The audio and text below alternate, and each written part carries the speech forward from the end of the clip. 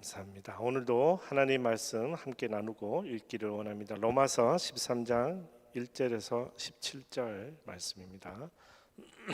로마서 13장, 로마서가 16장까지 있는데요. 벌써 13장입니다. 13장 1절에서 7절 함께 읽겠습니다. 각 사람은 위에 있는 권세들에 복종하십시오. 무슨 권세든 하나님께로부터 오지 않은 것이 없고 이미 있는 권세는 다 하나님께서 세우신 것입니다. 따라서 권세에 대항하는 사람은 하나님의 명을 거역하는 것이니 거역하는 사람들은 심판을 자초할 것입니다. 통치자에 대해서는 선한 일 때문에 두려워할 것이 없고 악한 일 때문에 두려움이 대상이 됩니다. 권세자를 두려워하지 않기를 원합니까? 선을 행하십시오. 그러면 그에게 칭찬을 받을 것입니다. 그는 여러분에게 선을 이루기 위해 일하는 하나님의 일꾼입니다. 그러나 여러분이 악을 행한다면 두려워하십시오. 그는 공연히 칼을 가진 것이 아닙니다. 그는 하나님의 일꾼으로서 악을 행하는 사람에게 하나님의 진노를 집행하는 사람입니다. 그러므로 복종해야 할 필요가 있으니 진노 때문만이 아니라 양심을 위해서도 복종해야 할 것입니다. 여러분이 조세를 바치는 것도 바로 이 때문입니다. 그들은 하나님의 일꾼으로서 바로 이 일에 항상 힘쓰고 있습니다. 여러분은 모든 사람에게 의무를 다하십시오. 조세를 바쳐야 할 사람에게 조세를 바치고 관세를 바쳐야 할 사람에게 관세를 바치고 두려워해야 할 사람을 두려워하고 존경해야 할 사람을 존경하십시오. 아멘. 세상에 어느 조직, 우리가 흔히 이야기하는 공동체뿐만 아니라 어느 조직도 예외 없이 권위를 중요하게 생각합니다. 요즘 젊은이들이 권위에 대해서 오해하는 부분이 제가 곰곰이 생각해 보니까 크게 두 가지 정도 있는 것 같아요. 첫째, 유명한 미국의 IT 회사나 스타트업 같은 회사에서는 조직에서는 권위가 없다고 생각합니다. 그래서 사장이나 직원들이 허물없이 지낸다고 생각하는데요. 그런데 허물없이 지내는 것과 권위를 무시하는 것은 분명히 다른 이야기입니다. 자유를 최대한 부여하는 것이지 본인이 책임진 업무에서 충분한 성과를 내지 못할 경우에 리더는 자신의 권위를 엄격하게 사용하는 것을 우리는 봅니다. 두 번째는 한국이 아닌 해외, 저희가 살고 있는 캐나다를 비롯한 북미나 유럽권의 회사들은 권위가 없다고 생각하는데 이 또한 굉장히 큰 착각입니다.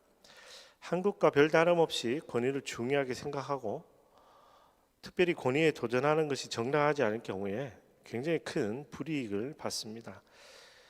북미나 유럽권 회사들은 오래된 회사들이 많습니다. 그렇다 보니까 상대적으로 권세 잡은 자들의 권력이 상당하다고 우리는 알고 있습니다.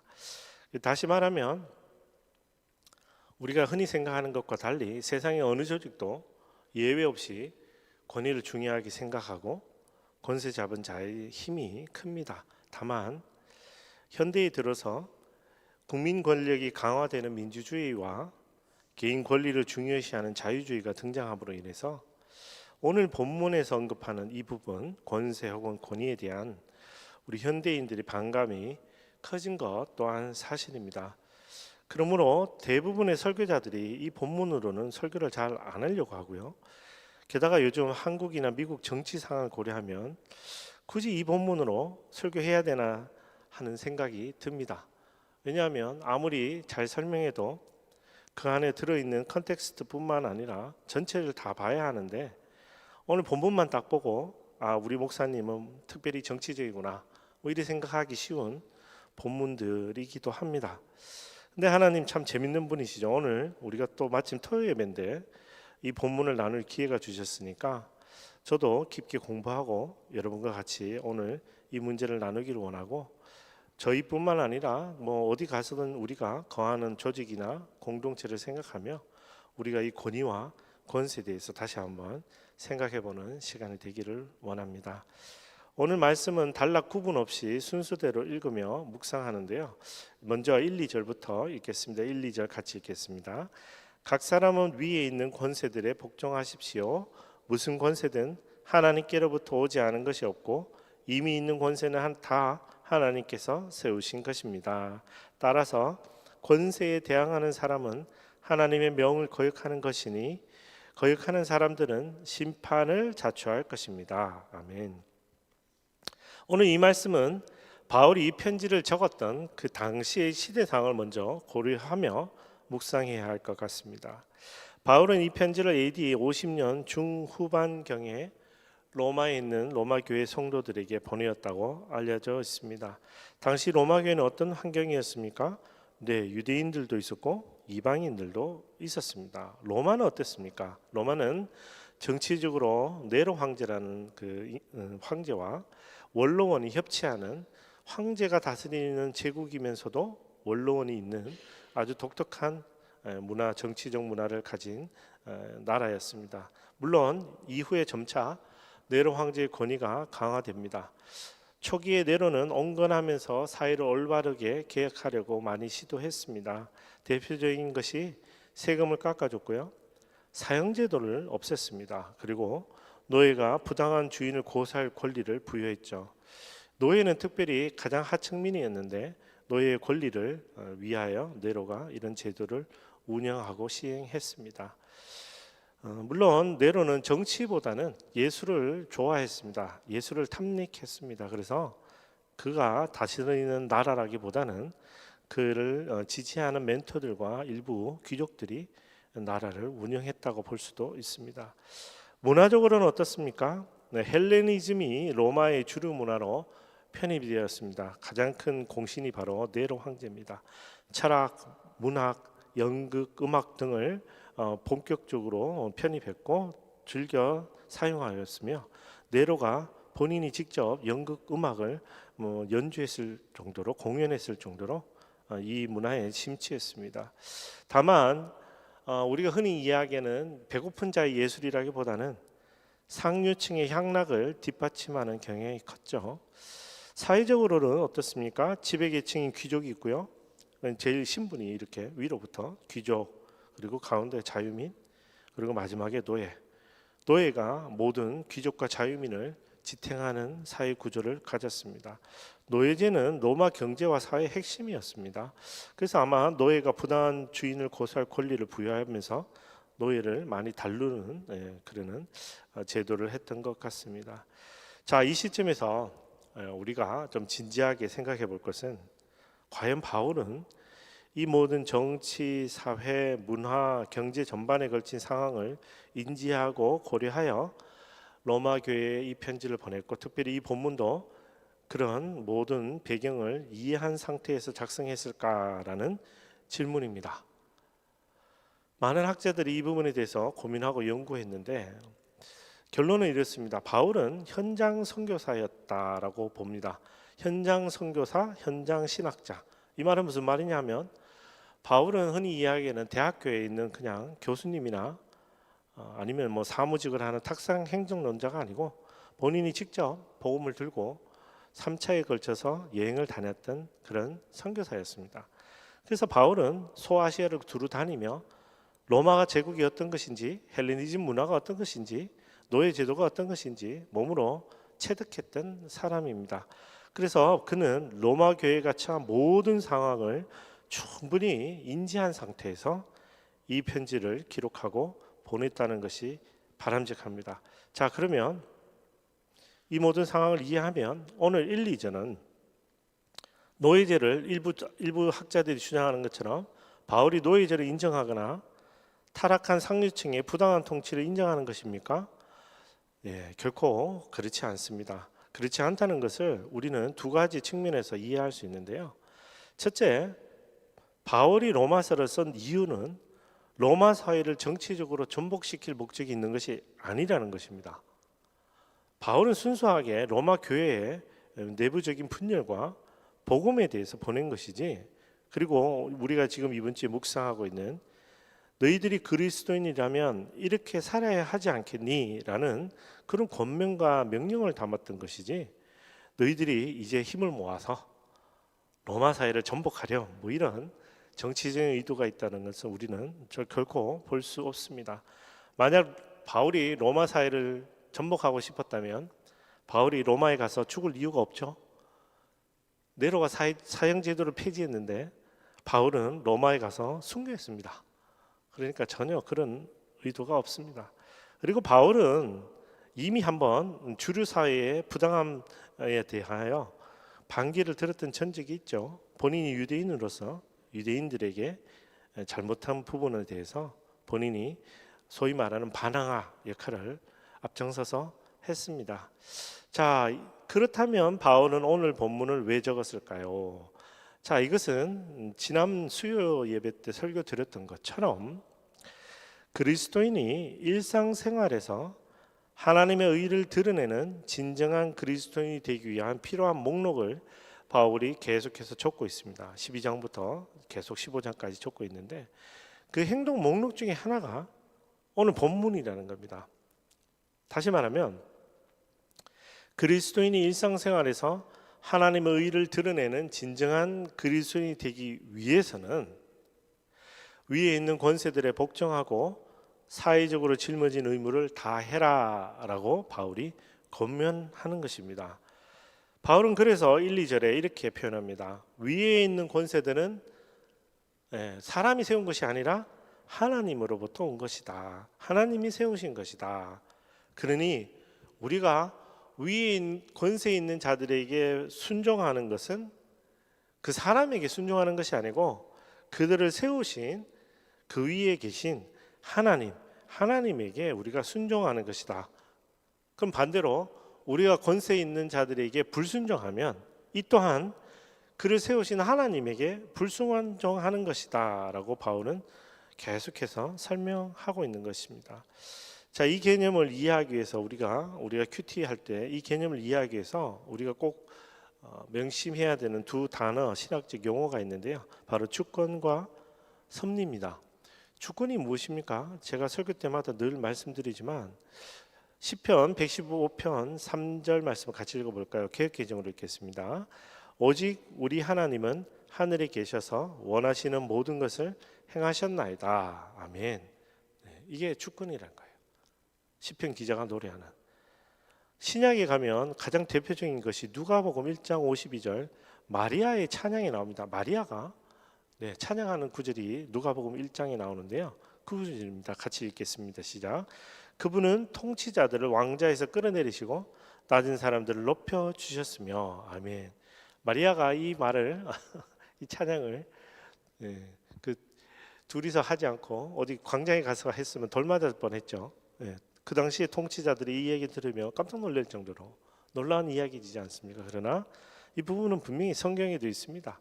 그래서 그분은 통치자들을 왕좌에서 끌어내리기도 하시고 올리기도 하시는 분이시다라는 것입니다. 그래서 주권은 하나님께서 당신의 선하시는 뜻대로 행하시는 것을 우리는 하나님의 주권이라고 이야기합니다. 우리는 그 모든 것을 이해할 수는 없지만 온 우주의 창조주이시고 통치자이신 하나님을 믿고 따릅니다. 아멘. 자, 그러면 섭리는 뭡니까? 섭리라는 단어는요, 사실 신약 성경 어디에도 등장하지 않습니다. 그래서 어떤 분들은 이 섭리라는 단어에 대해서 별로 좋지 않은 생각을 가지기도 하시는데 이 섭리가 부각된 가장 큰 시기가 팬데믹이었습니다. 모든 사람의 관계가 끊어졌고 심지어 교회까지 문을 닫는 이 팬데믹을 지나며 많은 학자들이 이 단어를 연구하고 고찰하며 많은 글들을 남겨주셨는데 그분들 중에 제가 존 파이퍼 목사님의 섭리라는 책의 한 구절을 인용해서 설명을 드리면 그분 인용하겠습니다. 하나님의 섭리는 그분의 목적 있는 주권입니다 라는 겁니다. 섭리하고 주권하고 똑같으냐 하면 약간 다르죠. 무슨 말입니까? 목적 있는 주권이 이 땅에 펼쳐질 때 우리는 그것을 하나님의 섭리라고 부른다는 거죠. 주권이라는 하나님의 그 통치 능력이 이 땅에 펼쳐질 때 하나님의 뜻대로 펼쳐질 때 우리는 그 모든 것을 아울러 하나님의 섭리라고 이야기한다는 거죠. 이를 바울은 주권, 섭리라는 단어를 사용하지 않고서도 로마서 8장에 직접적으로 설명합니다. 그 중에 대표적인 구절이 8장 28절입니다. 같이 읽겠습니다. 시작. 우리는 하나님을 사랑하는 사람들 곧 그분의 뜻을 따라 부르심을 받은 사람들에게는 모든 것이 합력해 선을 이루는 줄을 압니다. 아멘. 하나님의 주권과 섭리가 이 땅에 이렇게 일어난다는 거죠. 그러니 선이 이루어지는 거죠. 선. 그러니까 오늘 제목이 선을 행하라는 건데 실은 하나님의 선을 우리가 행해야 되는데 이미 하나님께서 당신의 뜻대로 이 땅에 주권을 행사하심으로 이 땅에 선이 이루어지고 있다는 것을 우리는 믿는다는 것이죠. 자, 이 모든 것을 아우르면 오늘 바울은 13장에 이렇게 이야기하는 겁니다. 바울은 하나님의 주권과 섭리에 따라 하나님께서 위에 있는 권세들을 세우셨고 우리가 그 권세들에 복종하는 것은 그 사람에게 복종하는 것이 아니라 굴복하는 것이 아니라 살아계신 하나님에게 우리가 순종하는 것이다 라고 주장하는 겁니다. 자, 이 일을 더 잘 설명하는 것이 1, 2절에 이은 3, 4절입니다. 3, 4절 읽어볼까요? 통치자에 대해서는 선한 일 때문에 두려워할 것이 없고 악한 일 때문에 두려움의 대상이 됩니다. 권세자를 두려워하지 않기를 원합니까? 선을 행하십시오. 그러면 그에게 칭찬을 받을 것입니다. 그는 여러분에게 선을 이루기 위해 일하는 하나님의 일꾼입니다. 그러나 여러분이 악을 행한다면 두려워하십시오. 그는 공연히 칼을 가진 것이 아닙니다. 그는 하나님의 일꾼으로서 악을 행하는 사람에게 하나님의 진노를 집행하는 사람입니다. 아멘. 통치자는 하나님의 일꾼입니다. 하나님이 세우신 자들이니 당연히 하나님의 일꾼이라고 우리가 부를 수 있습니다. 그의 권세는 선을 행하는 자들에게는 칭찬이요 악을 행하는 자들에게는 칼입니다. 이는 하나님의 통치 원리와도 일치합니다. 그래서 우리는 통치자에게 복종해야 하는 것입니다. 13장 5절 말씀 읽겠습니다. 그러므로 복종해야 할 필요가 있으니 진노 때문만이 아니라 양심을 위해서도 복종해야 할 것입니다. 이 바울은 5절에서 복종의 필요성을 하나님의 진노는 물론 우리의 양심이라는 독특한 개념을 언급하는데요. 오늘 다 설명할 수는 없지만 간략하게 설명하면 먼저 이 양심이라는 단어는 헬라어 원문에 보시면 시네이데시스라고 하는 헬라어의 고유한 단어인데 전체 성경에 이게 신약 성경에 30번 나오는데 대부분 바울이 사용합니다. 바울이 서신서에 20번이나 이 단어를 사용해서 계속 양심이라는 단어를 씁니다. 자, 이가 바울이 얼마나 중요하게 생각했는지 디모데에게 보낸 편지를 읽어보겠습니다. 디모데전서 1장 19절. 믿음과 선한 양심을 가져라. 어떤 사람들은 선한 양심을 버렸고 그 믿음에 관해서는 파선했다. 아멘. 여러분, 바울은요 믿음의 학자입니다. 그죠? 믿음이 어떤 것인지 신학적으로 정립했던 굉장히 중요한 바울의 핵심 단어가 믿음입니다. 근데 바울은 뭐라고 이야기합니까? 디모데에게 믿음을 가져라 라고 얘기 안 하고 다 하나 덧붙였습니다. 양심을 가져라. 선한 양심을 가져라. 이 양심을 바울이 얼마나 중요하게 생각했는지 바울의 고백에, 바울의 간증에도 있습니다. 사도행전 23장 1절 말씀 읽겠습니다. 시작. 바울은 공예를 똑바로 쳐다보며 말했습니다. 내 형제들이여, 나는 오늘까지 모든 선한 양심으로 하나님을 위해 살아왔습니다. 아멘. 바울이 나는 오늘까지 믿음으로 이렇게 얘기할 것 같은데 바울은 선한 양심으로 하나님을 위해 살아왔습니다 라고 고백합니다. 율법의 탁월한 지식을 가졌던 바울입니다. 이 율법의 탁월한 지식을 가진 바울이 선한 양심을 강조하는 것은 굉장히 놀라울 정도로 이 양심이라는 것은 지금 이 시대를 살아가는 우리에게도 굉장히 중요한 가치를 가집니다. 잠언에서는 이 양심을 여호와의 등불이라고 이야기합니다. 잠언 20장 27절 말씀입니다. 사람의 영혼은 여호와의 등불이라 사람의 깊은 속을 살피느니라. 아멘. 하나님이 우리에게 양심을 주셨다는 거예요. 율법이 없을 때도 양심을 주셨습니다. 그래서 양심을 지키면 하나님이 원하시는 그런 삶을 살 수 있다고 성경은 이야기하는 겁니다. 사랑하는 형제 자매 여러분, 바울의 당부처럼 우리는 믿음과 선한 양심을 붙드는 여러분 되기를 축복합니다. 자, 이제 6절 7절 말씀도 읽을까요? 여러분이 조세를 바치는 것도 바로 이 때문입니다. 그대는 하나님의 일꾼으로서 바로 이 일에 항상 힘쓰고 있습니다. 여러분은 모든 사람에게 의무를 다하십시오. 조세를 바쳐야 할 사람에게 조세를 바치고, 관세를 바쳐야 할 사람에게 관세를 바치고, 두려워해야 할 사람을 두려워하고, 존경해야 할 사람을 존경하십시오. 아멘. 자, 바울은 구체적으로 세금 바치는 부분도 언급합니다. 지금 이 시대를 사는 우리도 세금 바치는 건 다 싫어하잖아요. 그죠? 참 신기하지만 그 당시도 동일했던 것 같습니다. 헌금이 아닌 조세와 관세를 언급하는 장면을 보면 바울이 얼마나 현실적인 문제를 고민하고 조언하기 원하는지 우리가 알 수 있습니다. 자, 이 세금이라는 것은 지금도 굉장히 민감하지만 당시도 굉장히 민감했습니다. 왜 그러냐? 당시에 세금을 바쳤는데, 예를 들어서 자유민이 보니까요, 세금을 바쳤는데 상류층이 세금을 어떻게 사용합니까? 올바로 정직하게 사용합니까? 아니죠. 다 자신들 배불리는데 이 세금을 쓰고 있는 거잖아요. 온갖 부패가 판을 치고 있으니까 세금 바치는 사람 입장에서는 소위 말해서 화가 나는 거죠. 지금도 비슷합니다. 지금도 국민이 세금을 내면 이 세금을 투명하고 올바르게 사용하느냐? 네, 이 질문에 자유로울 만한 정부나 국가는 잘 없습니다. 이게 굉장히 민감한 문제죠. 로마도 그런 생각을 보면 얼마나 심각했을 것인지 우리는 알 수 있습니다. 자, 근데 바울은 아이러니하게도 우리가 바친 세금이 잘못 사용되는지 잘 사용되는지 그런 이유만으로 세금을 바칠까 말까 고민하는 것은 잘못되었다라고 이야기합니다. 세금이 부당하게 사용되는 이유만으로 납세를 거부하는 것은 잘못이라고 이야기하는 거죠. 무슨 말이냐? 제가 여러 번 예를 들지만 어떤 사람에게는 칼이 아름다운 음식을 만드는 요리입니다. 그러나 어떤 사람에게는 칼이 사람에게 살인이나 혹은 잘못을 하는 죄의 도구가 되는 거죠. 바울은 뭐라고 얘기합니까? 부당하게 사용한 것은 그들의 잘못인 것이고 그들의 죄악인 것이지 우리는 하나님의 권세에 순종해서 하나님 세우신 권세에 순종해서 통치자들에게 세금을 납부해야 한다라고 말하는 거죠. 사실 이 부분도 할 말은 많지만 오늘 아침부터 너무 심각한 것 같아서 오늘 큐티 묵상하는 날이니까 여기까지만 하겠습니다. 자, 일단 말씀을 정리해 볼까요? 자, 우리가 큐티 세미나 4주를 마쳤기 때문에 말씀을 정리를 할 때 우리가 묵상과 적용의 관점에서 정리를 해보기를 원합니다. 자, 먼저 묵상의 관점에서 오늘 우리는 이 말씀에서 어떤 하나님을 찾을 수 있습니까? 당신의 주권과 섭리에 따라 통치자들을 세우시고 권세를 부여하신 하나님 찾을 수 있죠.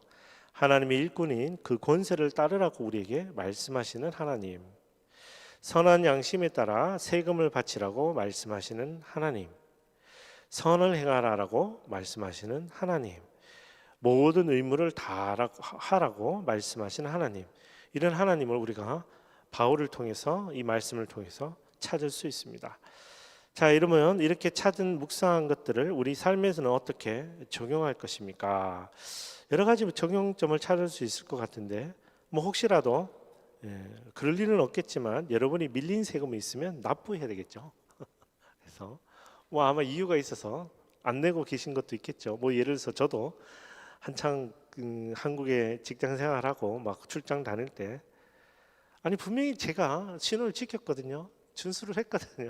근데 왜 붙잡느냐고, 그죠? 경찰 붙잡아서 뭐 이렇게 색깔 있는 종이에다 뭘 써서 줍니다. 그러면 어떻게 합니까? 네, 안 내고 막 화내서 개기고 막 그랬던 기억도 납니다만, 그러나 중요한 것은 세금이 있으면 납부하라는 겁니다. 세금을 떼먹을 궁리는 안 하는 것이 진정한 그리스도인인 것 같습니다. 절세도 필요하겠지만 특정인을 언급해서 좀 죄송하지만 한국에 이번에 유재석 씨가 고강도의 세금 조사를 받았는데 깨끗했다고 합니다. 그 이유가 뭡니까? 라고 했더니 그 기사에 이렇게 세금 낼 것보다 더 냈답니다. 그 세무사가 항상 이 사람이 세금을 100만 원 낼 거면 항상 101만 원, 105만 원, 110만 원 더 냈다고 합니다. 그러니까 어떻게 하면 사람들은 줄이기를 궁리하는데 이 사람은 낼 수 있다면 더 냈다라고 이야기하죠. 뭐 세금만 더 낸 건 아니죠. 많은 기부도 했던 사람인 것을 우리는 알 수 있습니다. 이분이 크리스찬인지는 모릅니다. 본인은 믿음을 고백한 적 없습니다. 그런데 우리가 사실 바람직하게 따라야 할 만큼 그런 그리스도인의 삶을 사는 것 같아요. 적용의 관점에서 우리는 계속 이런 부분들을 볼 수 있습니다. 특별히 하나님이 세우신 일꾼들을 위해서도 기도해야 합니다. 하나님에게 우리가 기도할 때 우리의 일용할 양식을 위해서도 기도하지만 하나님이 세우신 권세, 그들이 공의와 사랑을 실천하도록 우리가 기도해야 할 것입니다. 특정인을 향한 분노와 그리고 미움을 표출하기보다는 그들이 하나님에게 부어 주어진, 하나님이 그들에게 허락한 그런 권세와 권위를 잘 사용할 수 있도록, 또 그리하여 하나님의 공의와 사랑이 이 땅에 실천될 수 있도록 우리가 기도해야 할 것입니다.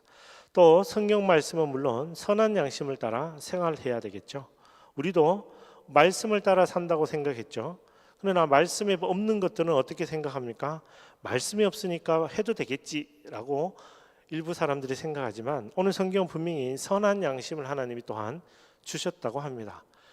여러분, 율법은요 한참 있다 줬습니다. 하나님이 한참 있다가 이집트에서 나오고 나서 줬어요. 그 사이에 그러면 그들은 율법도 없이 어떻게 하나님 말씀에 순종해서 살았겠습니까? 가장 대표적인 노아는 온유한 사람이었는데 어떻게 하나님의 말씀을 따라 살았겠습니까?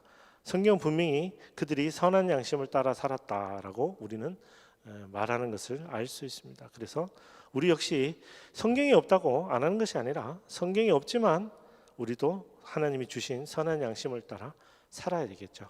자, 이런 것들이 우리의 적용점이 될 수 있을 것 같습니다. 자, 말씀을 마치겠습니다. 사랑하는 형제 자매 여러분, 우리의 판단과 행동을 통해 바울이 권면하듯이 이 땅에 하나님의 의가 드러나는 그리스도인들이 되어야 하겠습니다.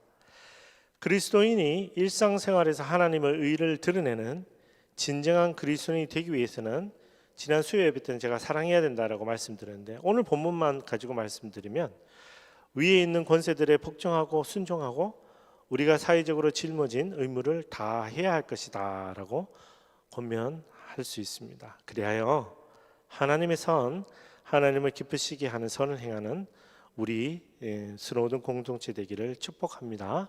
아멘. 우리 같이 기도하고 예배를 마치기 원합니다.